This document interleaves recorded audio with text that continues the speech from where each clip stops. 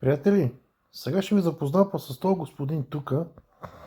Аз съм сигурен, че той или е пръскан с някакъв нитрат, или този мъж, не знам, ще остава на вас да прецените. Много ви моля, слушайте внимателно. Там взимаш 1700 евро в някоя фабрика. Или 1600-1700 евро. Повечето взимат 1400, но аз доказвам 1600-1700 евро. Взимат 1600 евро, като махнат квартира, храна, там консуматив, като им спрат данъците, като ще купи, примерно, човека там, като прати и пари в България, и този човек реално погледнато няма никакви пари. Обаче аз, когато му дам 1700 лева в България, този човек ще плати вместо в евро, в лева ще плати квартира, вместо в евро, в лева ще си плати храна. И следователно се получава абсолютно същото нещо. Но на нас ни го представят по друг начин.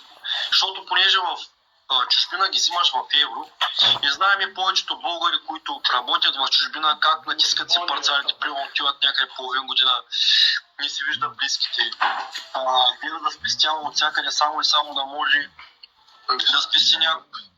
Да изпрати някой лев или пък примерно като се прибере да има някой лев. Защото, вижте сега, човек, който е нямал да отиде да спести примерно половин година 2-3 хиляди лева, нали? И с 2-3 хиляди лева да се прибере в България, трябва да ви кажа, че този човек в момента хвърчи. Защото той е нямал. Нормално. Абе, господин Ангелов, за какви фърчевете, за какви 5 лева говорим? Значи работи за половин година, събереш 2000 лева, така ли? В кой свят си ти? Кога си ти? Аз не знам какви са тия. Правиш ли връзка с главна емоза, господин Ангелов?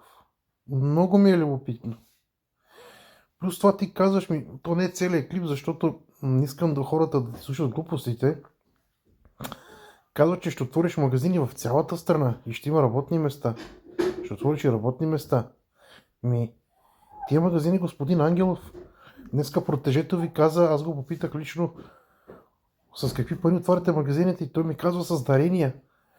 Абе, вие да не сте някаква църква или някакво чарити сдружение, бе. Абе, много дарения, много нещо, но това е друга тема. И да се върнем на въпроса. В чужбина хората взимали по 1400 евро. Вие казвате, че взимате по 3000 евро заплата, а сега казвате, че хората взимат по 1400. Да направим една калкулация, примерно.